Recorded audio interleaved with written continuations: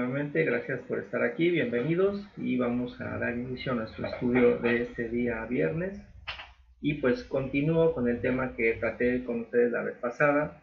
Si ustedes recordarán, estoy hablando un tema en donde le titulé lo visible de Dios, y comenzamos hablando sobre algunos textos en donde les hacía esta reflexión a ustedes sobre que ciertamente en los pasajes bíblicos, en el Antiguo Testamento, en el Nuevo Testamento, tenemos muchas narraciones de sucesos y cosas que pues carecemos de ninguna prueba fidedigna para demostrar que hayan sucedido, pero basándome en esa explicación que hizo precisamente uno de los apóstoles, hay cosas visibles de la sabiduría de Dios, y en base a esas es esta reflexión que desarrollé este estudio.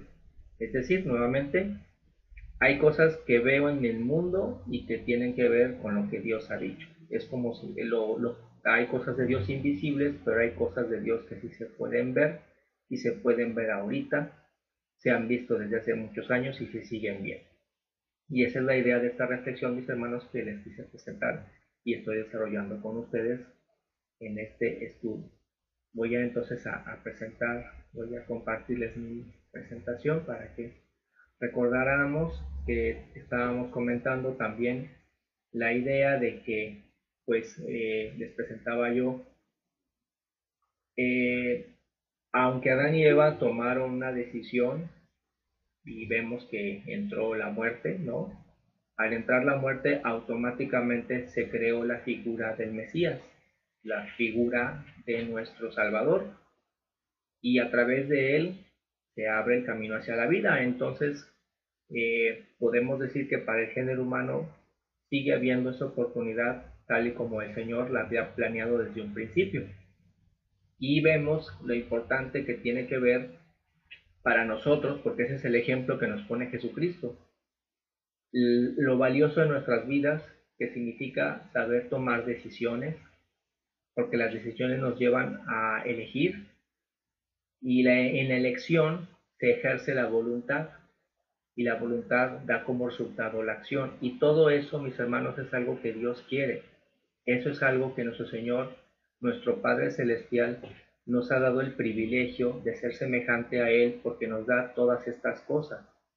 Y yo me atrevería a decir que todas estas cosas representan lo sagrado de la vida, porque si nosotros, cuando dice en Jesucristo, que habla de la parábola de que hay un rey y que le da talentos a varias personas, a uno le da unas monedas de oro, uno le da 5, uno le da 3, uno le da 4, pues precisamente, mis hermanos, si me permiten proponerles esta idea, pues estamos hablando de esto. Nosotros en la vida primero somos infantes, lactamos, después vamos creciendo. Entre los 2 años hasta los 7 años somos una verdadera esponja que absorbemos todo lo que está a nuestro alrededor. Absorbemos lo bueno y también lo malo, pero lo absorbemos. Después llegamos a nuestra adolescencia y somos una fuerza incontenible, y después llegamos a las etapas donde empezamos a madurar, y por supuesto después las etapas en donde empezamos a llevar el proceso en donde nuestro cuerpo nos empieza a permitir sentir tal vez lo que sería el tiempo, pero nuestra alma en todo este proceso lleva este camino que están viendo aquí en esta diapositiva. Todos y cada uno de nuestros momentos decidimos, elegimos, ejecutamos nuestra voluntad y hacemos la acción. Nosotros no podemos en estos puntos, en ninguno de estos, permítame decirlo de esta manera, no podemos ni echarle la culpa a Dios ni echarle la culpa al diablo, porque el Señor quiere que si nosotros decimos, si tú eliges y tu voluntad es seguirlo a Él, que sea como le dijo, muy bonito como le dijo, aparece siempre como le dijo Salomón, perdón, el rey David a Salomón. Me la sé de memoria porque mi abuela tuvo a bien hacer ese texto impreso, y lo tengo aquí en la casa de aquí de Arista, y pues por eso me lo sé de memoria. que le dice, y tú, Salomón, hijo mío, reconoce al Dios de tu padre y sírvele con corazón perfecto y con ánimo voluntario. ¿Qué le está diciendo David? ¿Cómo se sirve a Dios? ¿Por conveniencia? No. ¿Por miedo? No. Sírvele con corazón perfecto y con ánimo voluntario. Porque Jehová escudriña los corazones de todos los hombres y entiende todo intento de los pensamientos. Si tú lo buscares, lo hallarás. Pero si lo dejares, él te desechará para siempre. ¿Y qué buscas? ¿Qué buscas en Dios? Pues buscas a Dios, pero buscas la justicia, la honestidad, la verdad. Y hoy no me va a dar tiempo de hablar, pero en el domingo quiero mostrarles el ejemplo de todo el daño que se genera cuando se le da prioridad a la mentira. Y estas son las cosas en las cuales, vuelvo a insistir, son las que se ven de la sabiduría de Dios. Son tangibles. Y por eso, aunque a mí me digan, yo en lo particular, que a mí me digan, no tienes pruebas de que Moisés vivió o existió, no tienes pruebas de que un tal Jesús caminó en Jerusalén. Sí, no las tengo.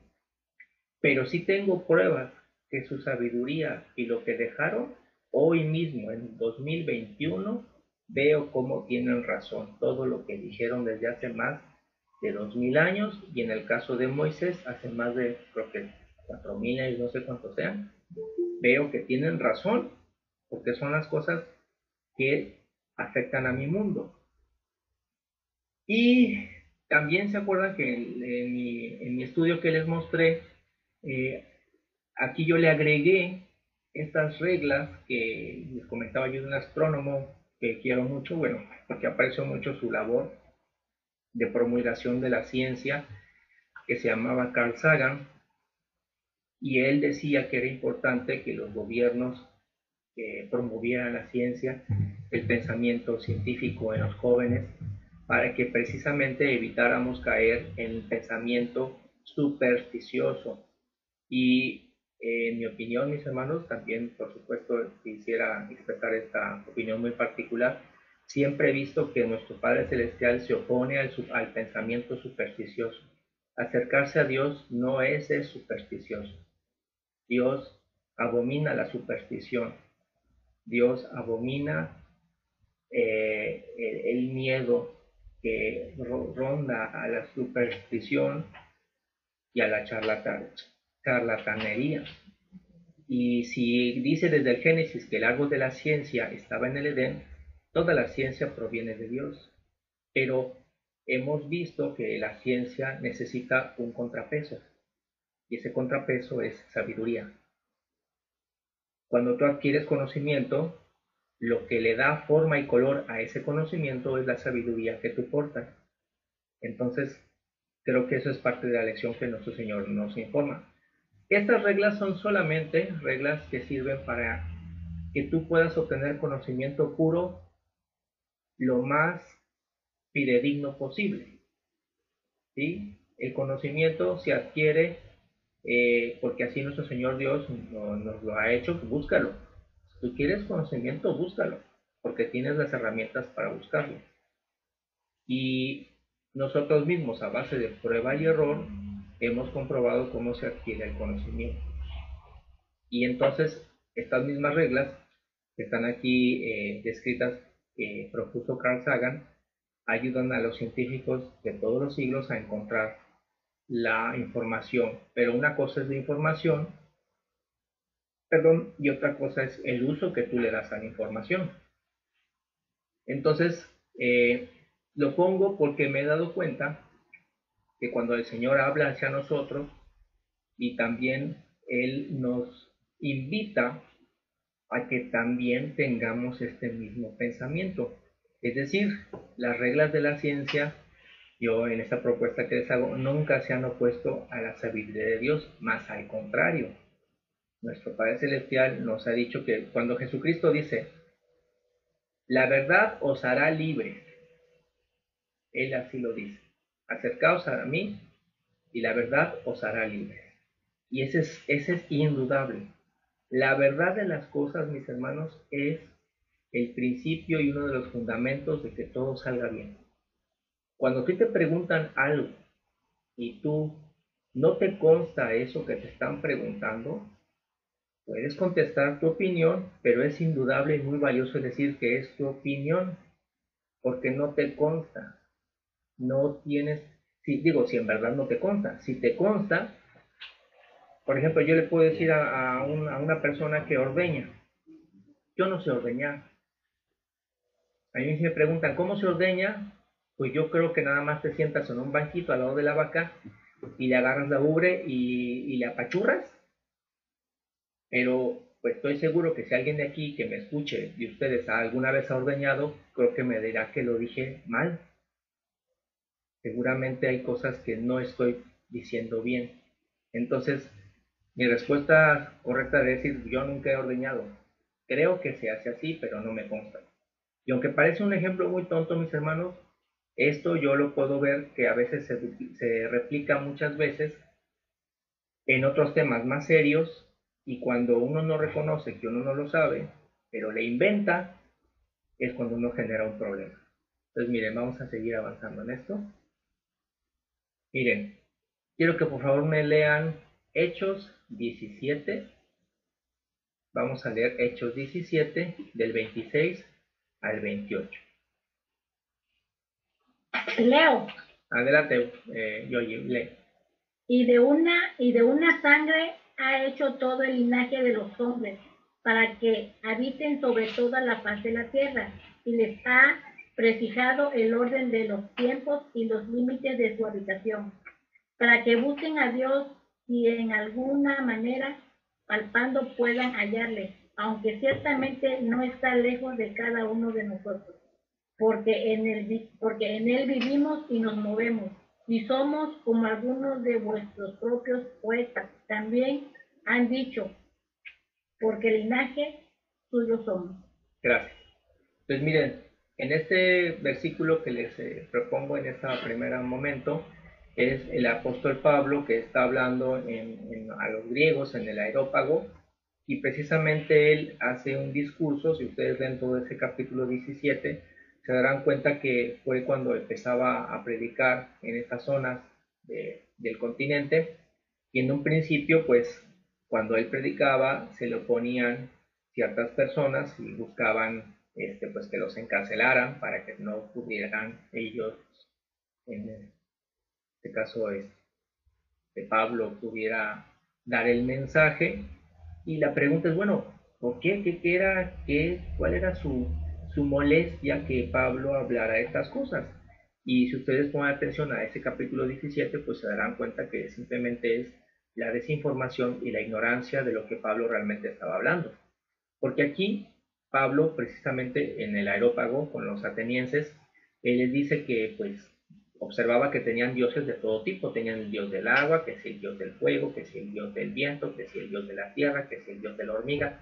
Tenían como le llamamos la palabra, creo que es panteón, que se refiere a una reunión de dioses, es el significado original de la palabra panteón. Tenían un panteón los griegos enorme, ¿no? Un dios para todo. Entonces Pablo dice ahí en el Hechos 17 que se sintió, pues dijo, ¿cómo es posible esto, no?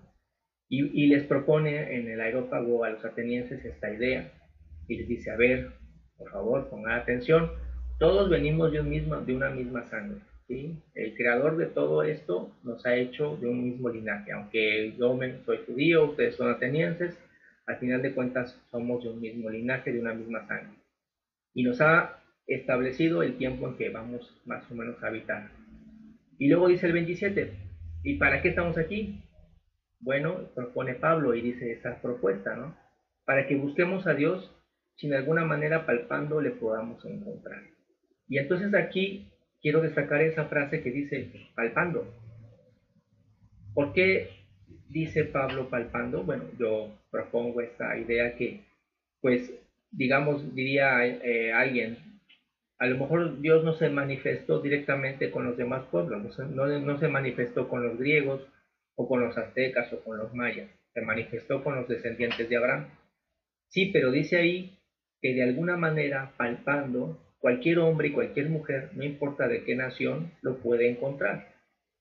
Y si tú haces un recuento de cómo encuentras a Dios, pues como voy a mostrar más adelante, tiene que ver con, como les puse en la primera lámina, con las decisiones que tomas, la voluntad que tienes, las acciones que ejecutas. Un individuo cuyo trabajo lo hace con honestidad, con cariño, con entusiasmo, una persona que trata a su mujer, a sus hijos, a sus amigos, con justicia, tal y como nos lo narra el ejemplo de Job, que recuerden que Job no es hebreo, ¿no? Job es uno de los primeros libros que los judíos guardaron con cariño y nos narra los hechos de un hombre justo, pero él no viene de descendencia de Abraham y sin embargo se ganó, digamos, el honor, no sé si decirlo así, de que se narraran sus hechos. ¿Y cómo se los ganó? Porque el hombre, no teniendo una herencia, no teniendo que dijera porque no nos lo narra el libro, que dijera, es que Job fue hijo pues de un santo o de alguien, no. Él decidió, por su propia cuenta, tener una vida honrosa, se administraba bien, quería a sus hijos, y como lo vemos más adelante, porque no lo dice ahí al principio, pero en el mismo libro de Job más adelante dice que él hacía muchas caridades con la gente que le rodeaba. Él tenía interés en ayudar cuando podía a la gente que estaba cerca de él. Todas esas virtudes lo coronaban como una persona digna, tan digna era que, como dice el texto de Job, Dios lo presumió con Satanás. Nada más fíjense a qué nivel. Y entonces la pregunta es, ¿y quién le enseñó a Job? Job no tenía una Biblia. A Job no lo visitó un ángel, no lo visitó Jesucristo. Entonces, ¿cómo es que Job hacía todas esas cosas? Bueno, esa, digamos, excepción nos habla de que, como aquí dice Pablo, cualquier hombre y cualquier mujer de cualquier parte del mundo, palpando, pueden encontrar a Dios. Porque, como dice él, no está lejos de cada uno de nosotros. La máxima que Job está cumpliendo es la misma máxima de la ley que Jesucristo nos la enseña. Todo lo que tú quieres que los hombres hagan contigo, hazlo tú primero. Y eso, díganme sí o no, es lo que estaba haciendo Job. ¿Qué estaba haciendo Job? Y ya leímos también un texto que nos lo han puesto nuestros hermanos que también dice, no me digas que el mandamiento de Dios está lejos en la montaña, como para que digas, ¿quién nos lo traerá? O que está debajo en las profundidades para que digas, ¿quién nos lo subirá? Está dentro de tu corazón, ¿no? Para el siguiente estudio se los recuerdo dónde está, pero ahí lo marca. Entonces, si juntamos el ejemplo de Job, vemos que aquí Pablo tiene toda la razón. Porque entonces, ¿tenían justificación los atenienses para tener tantas supersticiones? No. ¿Tenían justificación los egipcios para tener también tantas supersticiones? No. Sin embargo, vemos que, como voy a mostrar más adelante, las supersticiones solamente lo que hacen es que ayudan a un grupo reducido de hombres y mujeres a de momento vivir con muchas comodidades a costa del trabajo de otros. Eso es lo que pasa y eso es cuando se pervierte la orden que Dios nos ha dado. Ahora léanme Deuteronomio 4, del 5 al 6.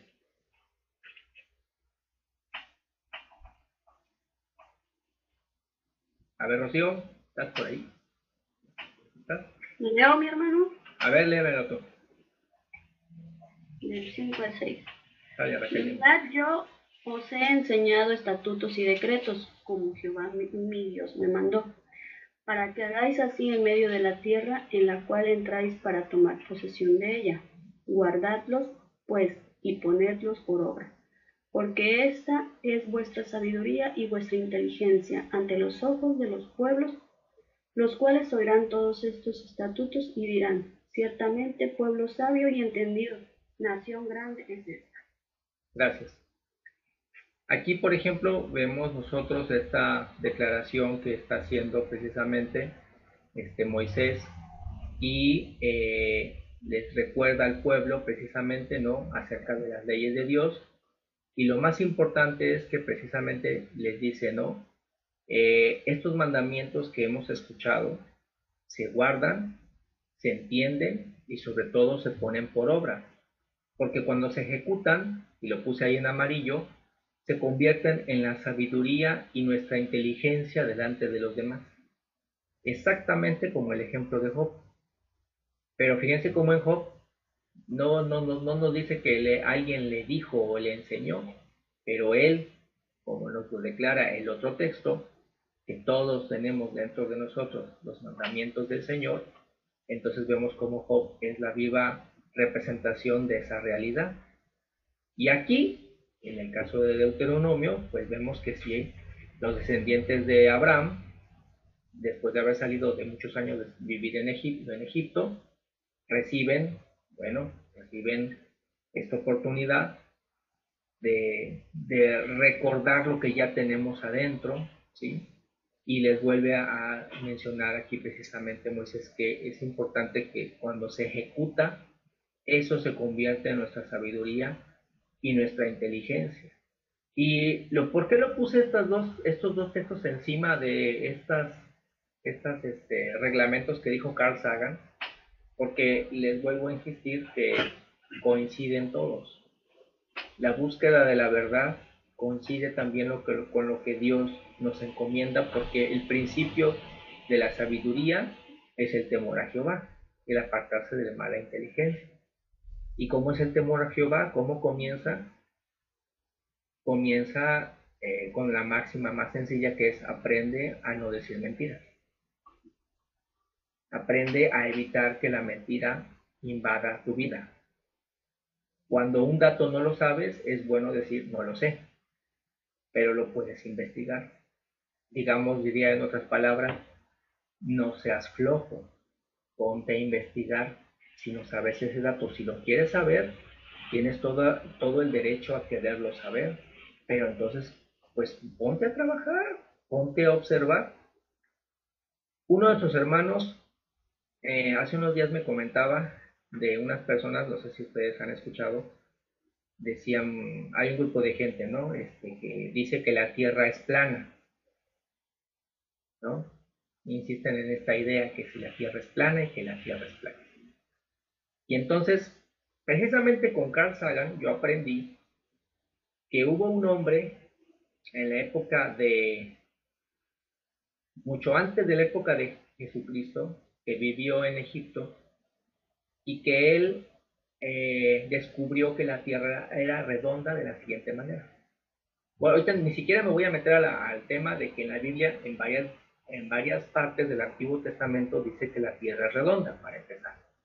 Pero bueno, fíjense qué hizo este hombre. Este hombre, un día hay días en el calendario que siempre son muy únicos. Por ejemplo, los que le llaman los solsticios de primavera y los solsticios de invierno, ¿sí? Esos son días muy particulares porque el sol se comporta de la misma manera siempre. Entonces, un hombre, imagínense que un día estaba en un lugar, vamos a llamarle Alejandría, y se asomó en un pozo en el solsticio de verano y vio que la luz del sol en el pozo, ¿sí?, iluminaba totalmente la parte de abajo del pozo, justamente a las 12 del día. Y dijo, uy, qué interesante, ya. Pasó el tiempo. Cuando vino el siguiente año, no estaba en Alejandría, estaba en otra ciudad, digamos que estaba en Egipto. Y se asomó en el pozo, otra vez era solsticio de verano, se asomó en el pozo, pero qué raro, vio que la luz en el fondo del pozo no era igual, se hacía una sombra. Y entonces él dijo, ay, ¿cómo está eso? Estoy otra vez en el mismo solsticio de verano, pero estoy ahora en otra ciudad que está a kilómetros de distancia de Alejandría, donde estaba yo el año pasado. Y ahora la luz aquí, a las 12 del día, hace una sombra. ¿Cómo es eso posible? Entonces, la respuesta es muy sencilla. Vean esta tablita. Imagínense que aquí hay dos varitas, mis dedos son dos varas, ¿sí? Entonces, si yo ilumino mis dedos y esto es plano, pues se genera una sombra idéntica en mis dos dedos. Pero si la superficie es curva y yo ilumino mis dedos, un dedo va a proyectar una sombra más larga que el otro dedo porque esto está en una parte curva. ¿Qué fue lo que hizo el Señor? Simplemente calculó la distancia de un pozo a otro, uno que estaba en Alejandría, otro que estaba en Egipto, calculó la distancia en kilómetros y después calculó el ángulo de la sombra de uno de los pozos, que es un ángulo, y eso le salió una curva, un arco. Y después ese arco lo multiplicó hasta que diera toda la vuelta. Y con ese cálculo sacó la circunferencia de la Tierra. ¿Cómo la ven? Así, observando el Sol en los pozos. Así, sin tener que ir al espacio, sin tener que salir en una nave espacial, nada, observando. ¿Qué usó ese hombre, mis hermanos? ¿Qué usó? Pues el cerebro, mis hermanos. ¿Y quién nos dio el cerebro? Pues Jehová dijo, hagamos al hombre a nuestra imagen y a nuestra semejanza, y que señoree. ¿Y con qué señoreamos? Pues con el cerebro, mis hermanos, con el cerebro y con el corazón. Esa es la búsqueda de la verdad. Por eso dice, guarda los mandamientos. ¿Y cómo los guardas? Cuando los entiendes, cuando los meditas. Por eso dice en otro texto, culto racional nuestro, no irracional, no ciego, no de ¿cómo es la palabra? No de bueno, esa fue la palabra. Ay, se me quedó muy chiquito. Visceral. Mande. Visceral. ¿Qué? Ahorita dijiste no, que usando el razonamiento, y te iba a decir no de manera visceral. Anda, sí, así, gracias. A ver, este me quedó muy chiquito, ese creo que sí lo van a tener que buscar en sus Biblias, porque sí está, bueno, yo lo veo muy chiquito. ¿Qué dice Génesis 1, 26 al 28? Génesis Si le picas se hace grande, mi hermano. No, es que yo aquí tengo la presentación. Ah, bueno, yo le piqué y se hace grande y sí logro leerlo, lo leo. A ver, léemelo por favor, entonces. Ya lo moviste, espérame. Entonces dijo, hagamos, es que lo moviste y se puso borrosito. A ver, espérame. Ok. Sí, se ve borroso. Ahí. No, ya. Hagamos al hombre a nuestra imagen, conforme a nuestra semejanza, y señoree en los peces del mar, en las aves de los cielos, en las bestias, en toda la tierra y en todo animal que se arrastra sobre la tierra. Creó Dios al hombre y a imagen, a imagen de Dios lo creó, varón y hembra los creó. Y los bendijo Dios y les dijo, fructificad y multiplicaos, llenad la tierra y sojuzgadla, y señoread en los peces del mar, en las aves de los cielos, y en todas las bestias que se mueven sobre la tierra. Gracias, mi hermana. Entonces, ¿por qué pongo aquí también otra vez ese texto, como lo mencionaba, y lo pongo en amarillo, como dice ahí, hagamos al hombre a nuestra imagen y conforme a nuestra semejanza y señoré? Esa es la orden que nuestro Padre Celestial nos ha dado, señorear. Dice, fructifiquemos, multipliquémonos, llenemos la tierra, sojuzguemos la tierra y señorear. Que podemos ponerle también otras palabras que pueden ser administrala, ¿sí? Hazla producir. Porque eso es lo que hizo el Señor. El Señor llegó a una tierra ya hecha. Cuando Jehová hizo los cielos y la tierra y el mar, ya llegó y estaba hecha. Llegó a la tierra y estaba ya hecha. Y dijo, ay, qué bonita está. Así pasó. No. ¿De dónde sacó los árboles? De Oxford, de Liverpool. No. El Palacio de Hierro, de ahí nos sacó. De Chedraui, ¿de dónde nos sacó? Dijo, ay, voy a echar agua y comprar unas plantas, voy aquí al Oxxo a comprar al hombre y ponerlo aquí. ¿Qué hizo él? Creó.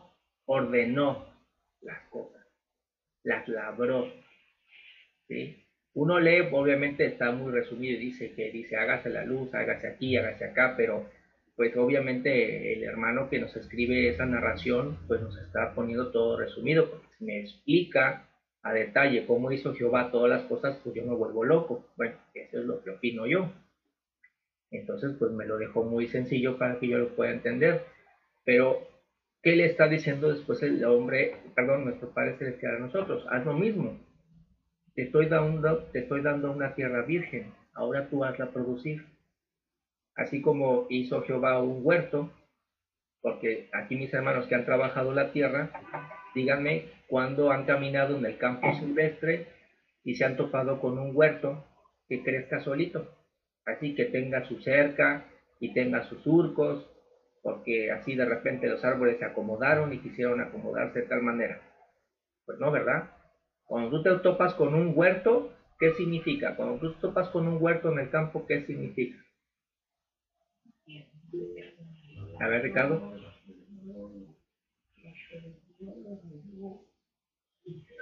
Rico, adelante.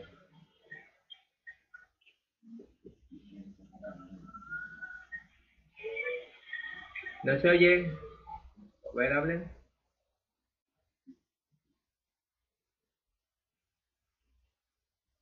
¿Tienen apagado el micrófono? Préndanlo. Ya, mi Tú lo hermano, apagaste. No, yo no ¿Qué? lo apagué. Si un hombre se encuentra un huerto ya labrado, Ajá. ¿qué quiere decir? Que ¿Qué ya quiere? la mano del hombre estuvo ahí, Ándale. ya lo Exactamente. hizo producir, ya lo labró, y lo hizo producir y lo Ok. cuidó. Lo mismo hizo Dios con la tierra, Claro. con el huerto del Edén. Muy bien. A ver, Ricardo, otra vez. Porque no Es sé. algo que no fue, o sea, soy yo. Sí, Polita, dale. Es algo que no es de un día.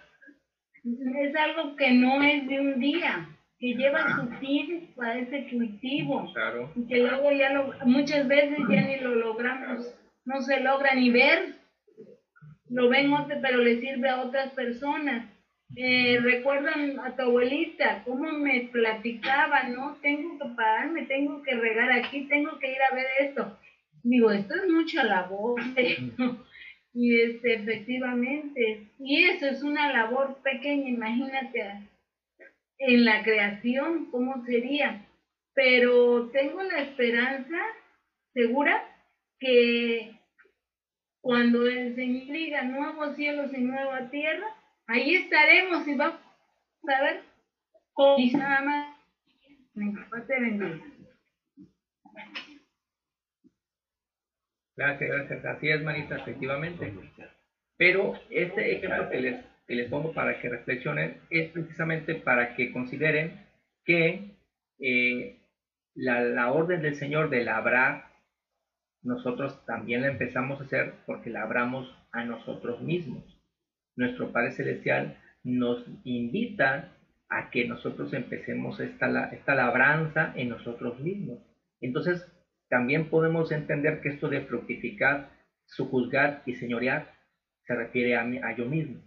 Yo mismo sojuzgarme, yo mismo señorearme para que pueda, como nos han enseñado nuestros hermanos en los estudios anteriores, para que pueda el espíritu tener esa armonía con el cuerpo y que entonces la carne pueda sujetarse al espíritu, que es el que le dé la armonía, que le dé el balance perfecto. Y esa es la parte de, digamos, cuando estamos nosotros mismos desordenados y vacíos, que no debiéramos estar así porque el Señor no nos hizo desordenados y vacíos. Ustedes vean que todos los niños, cuando nacen con toda su salud, pues son un ejemplo de energía, de bondad, de entusiasmo, de buena disposición, ¿no? Pero entonces, en algún momento, pues nos volvemos a lo mejor un poco vacíos y desordenados. Bueno, pues Él dice, bueno, ordénate. Pero Él nos invita a que nosotros metamos manos en eso para poder corregirnos. Y entonces vean aquí cómo si unimos estas tres frases en amarillo, dice Pablo, todas las naciones y los hombres pueden palpando encontrar a Dios. Dice después aquí Moisés en Deuteronomio, la sabiduría de Dios es tu sabiduría si tú la haces tuya y será tu inteligencia delante de los pueblos. Y como le dijo Jehová en un principio a Adán, señorea y juzga a la tierra. ¿Cómo? Usando esa sabiduría. Ahora, si me permiten, me gustaría ponerles un ejemplo también visible, un ejemplo también pues que se ve, porque es mi tema, no estoy hablando de la sabiduría de Dios que se ve, la parte de Dios que es visible. Tuve la oportunidad el año pasado, en noviembre del 2021, se organizó un congreso virtual por parte del tecnológico donde trabajo e invitaron a varias personas de diferentes lugares para platicar acerca de los temas que tienen que ver con la administración. Y entonces, a ver, aquí me puso, sí, 2020, perdón. Y entonces, entre las personas que platicaron, se presentó este señor, que es el señor Marcelo Schoffdendel, perdón que pronuncié mal su apellido. El señor Marcelo, vamos a dejarlo así. Y él nos explicó una forma de trabajo que se hizo allá en Judea, en Israel, que le llaman el kibutz. Y si ustedes me permiten, voy a mostrarles un poquito acerca de él. Miren, él nos comentó que en 1910, cuando el Imperio Otomano estaba en control de toda esa zona de Palestina, porque recuerden que los judíos hicieron la diáspora, todos se fueron por todas partes del mundo y hubo diferentes invasores que estuvieron ahí en Jerusalén y en toda la Palestina. Y en el año 1910, justamente cuando comenzaba la revolución aquí en México en nosotros, el Imperio Otomano tenía el control de toda esa zona, pero ya se le invitaba a las personas judías que querían que regresaran a Jerusalén, que regresaran a Judea. Y pues él cuenta que las primeras personas que llegaron a esa zona, pues encontraron una zona totalmente abandonada, ¿sí? Pues, ¿cómo es el desierto? Pues el desierto de Judea, un lugar totalmente, como dice en el principio el Señor, desordenado y vacío. Y aquí podemos ver estas imágenes que se tomaron en aquellas ocasiones, en donde las personas llegaron y encontraron todo así. Y vean cómo vivían en casitas de tela, ¿no? Casitas de campaña. No había, pues ahora sí que absolutamente nada. Pero ¿qué fue lo que hicieron ellos? ¿Qué fue lo que hicieron estas personas que llegaron? Que dice que en un principio nada más eran 30. Lo que hicieron fue organizarse y decir, bueno, aquí estamos y aquí nadie nos va a venir a ayudar. Ese era el punto número 1. Nadie, ninguna otra nación nos va a venir a ayudar. Entonces, ¿qué vamos a hacer nosotros? Se organizaron de una manera que era la separación del trabajo. Aquí pongo un ejemplo, porque él lo platica más o menos así.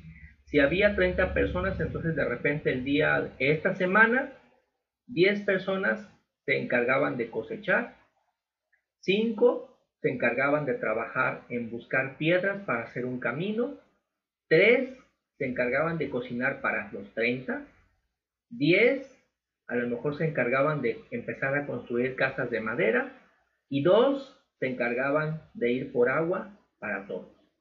Imagínense que así trabajaban durante una semana y a la siguiente semana cambiaban los roles. Las actividades, si se seguían necesitando, se repetían, pero los roles cambiaban. O sea, si yo esta semana trabajé en la cosecha, en la siguiente semana a lo mejor me tocaba ahora hacer el camino. Y así fue como ellos empezaron a repartirse las labores para poder transformar el lugar. Y vean cómo se ve hoy esa misma zona que les mostré a ustedes hace un ratito. ¿Sí? Vean cómo se ve. Esta es una fotografía que nos dice que es actual, ha de ser del 2019, pero esa misma zona que les mostré, vean ahora cómo se ve. Aquí tienen las casas, es una zona que vive de dos actividades, la zona de agricultura, pero también tienen una zona industrial. Y vean aquí cómo también tienen esta zona donde están manufacturando con robots. Aquí vemos que son robots, los cuales se encuentran adentro haciendo la manufactura de unos productos. Y entonces mi pregunta, mis hermanos, es ¿y cómo pasó eso? Como efectivamente han mencionado ustedes, no pasó en 2 días, ¿verdad? Pasaron algo de años. Pero ¿cómo fueron ellos capaces en esa zona de Judea transformarse? Comenzaron con lo que ven ahí, como dice él, al principio nosotros íbamos a trabajar, como ven ahí, con esos asadones, y hoy también siguen trabajando el campo, pero vean ahora también lo que tienen, porque ellos en el kibutz, todos son dueños de las mismas empresas que ahora también trabajan para ellos. Y él habla mucho de una cosa que se llama capital social. Y dice que lo importante que ellos se dieron cuenta desde un principio es que lo que le da valor al trabajo es la persona, no el dinero. El dinero es un agregado. Lo que vale es la persona. Lo que vale es tu trabajo, lo que haces con tus manos, lo que tú aportas a la comunidad. Juntos en la comunidad, lo que tú aportas, lo que tú trabajas, es lo que hace valor a la comunidad.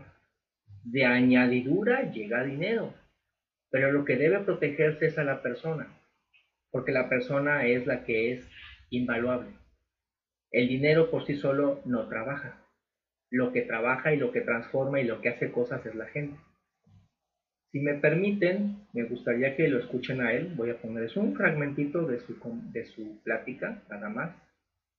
Aquí la tengo preparada. A ver si está la parte que quiero que escuchen. Ahí.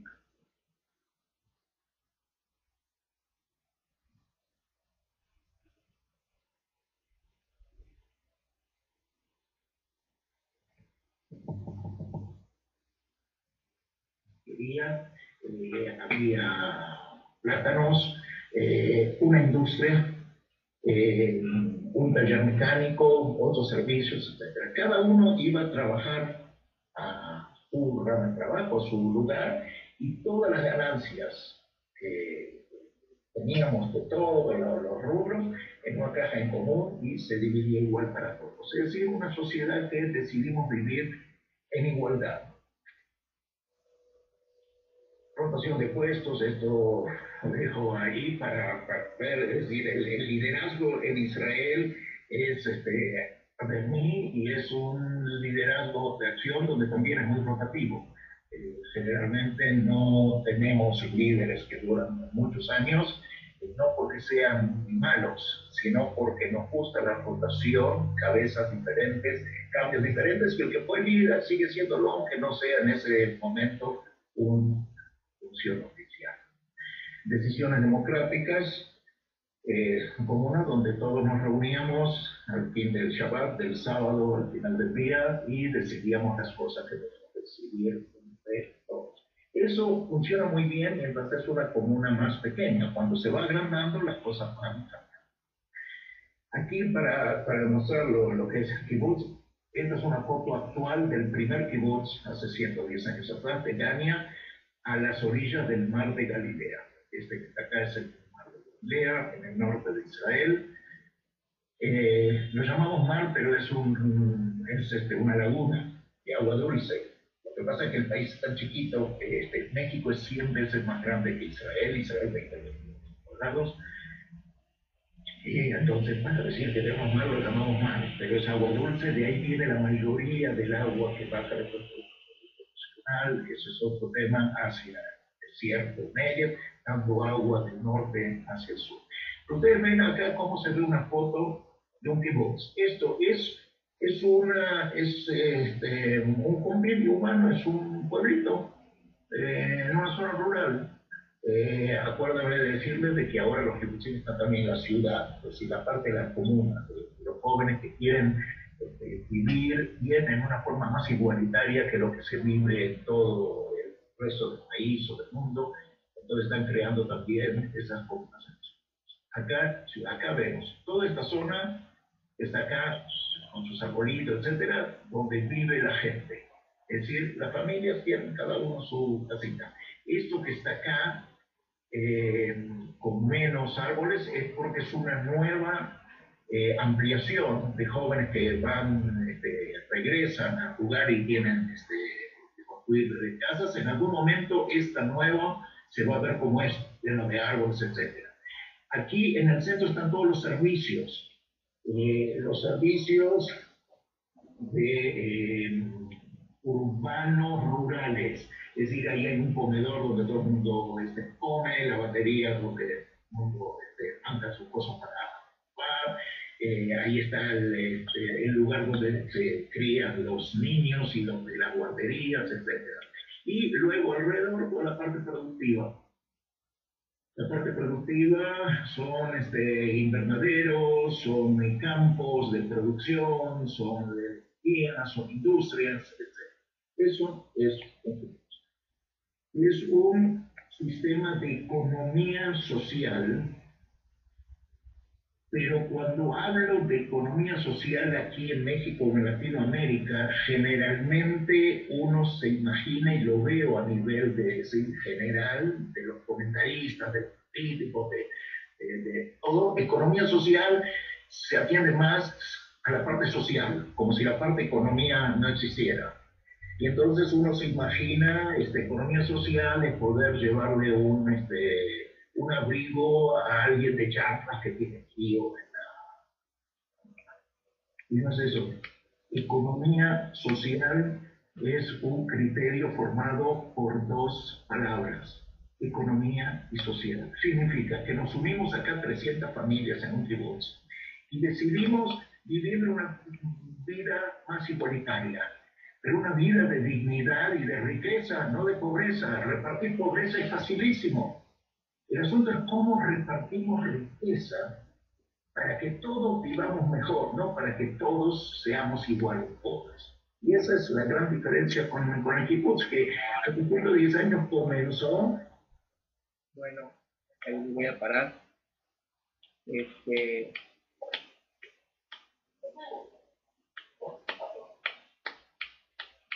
La parte que quería destacar, que escucharan de él, es como dice, a nosotros nos interesa la parte de economía social como la manejan ellos, no que vengan a regalarnos cosas, no que un gobierno, ¿qué gobierno les regaló a ellos algo? Ninguno, ni Estados Unidos, ni Inglaterra, nadie les fue a brindar nada. Y mi pregunta es, ¿cómo fueron capaces de transformar estas personas que comenzaron 30, esa parte desértica, inhóspita, que nadie quería, en lo que ahora es? Y entonces yo uso este texto y digo, a ver, si dice Jehová y dice, fructificad, multiplicaos, llenad la tierra, sojuzgar y señorearla, pues claro que el hombre, todos tienen la misma capacidad. ¿Escucharon cómo dijo él que Israel, que México es 100 veces más grande que Israel? Y tiene México infinidad de más recursos que los que tenían ellos a la mano. Nosotros tenemos ríos, lagunas, mares, bosques, y ellos no. Pero, como dice aquí, dice, esta es vuestra sabiduría y vuestra inteligencia ante los ojos de los pueblos. Yo aquí quiero destacar que si hay algo que destaca en este ejemplo de estas personas es, no sé qué opinan ustedes, pero es trabajo, constancia, dedicación y que haces realidad la sabiduría de Dios cuando la vives. Si tú la vives y la ejecutas, entonces por eso dice, buscad primeramente el reino de Dios y su justicia y todas las cosas vendrán por añadidura. Saúl. ¿Quiere decir? Digan, sí, adelante. Y hacerlo con amor. Ajá. Sí. Porque se ve que para que ellos pudieran continuar, tenía que haber esa armonía en la equidad de los trabajos. Y aquí ya me pasé, ya voy a acabar. Bueno, mejor ya lo gastamos el domingo. pero quiero nada más concluir para que lo comentemos el domingo, esta idea que quiero destacar en ustedes, que como dice él, buscábamos nosotros repartir riquezas, no queremos que nos vengan a compartir pobreza. Y entonces eso me hizo a mí reflexionar y decir, sí, efectivamente, porque ese es uno de los problemas que vamos a comentar el domingo, que es la diferencia entre cuando la gente se acerca a Cristo para que Cristo solamente les hiciera el milagro, y muy diferente los que se acercaron a Cristo para aprender la sabiduría que tenía que compartir Cristo. Esas son dos cosas muy diferentes. Y hasta el día de hoy vemos que pasa lo mismo. Hay gente que se acerca a Dios esperando que Dios resuelva todos los problemas que tienes, que tú mismo te provocaste, y no utilizas la sabiduría de Dios para hacer la orden que Dios te dio desde un principio, que es que así como Él ordenó la tierra y la puso hermosa, también te pide que tú hagas lo mismo contigo mismo. Como dicen nuestros hermanos, ¿quién aquí es ahora la tierra? Nosotros. Se trata de trabajarnos a nosotros mismos, para nosotros mismos embellecernos y ponernos, como dicen nuestros hermanos en sus estudios anteriores, ponernos al tiro porque nos están invitando a una boda. Y tenemos que estar al tiro para entrar a esa boda, si no, no nos van a dejar pasar. Ricardo, ya contigo concluyo.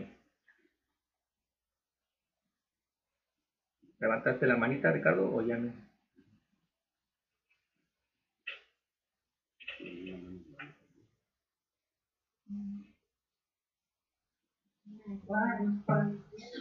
No, Saúl. Ok. Bien. Adelante. Bien, hermanos, pues ya, perdón, concluyo y continuamos nuestro estudio el domingo.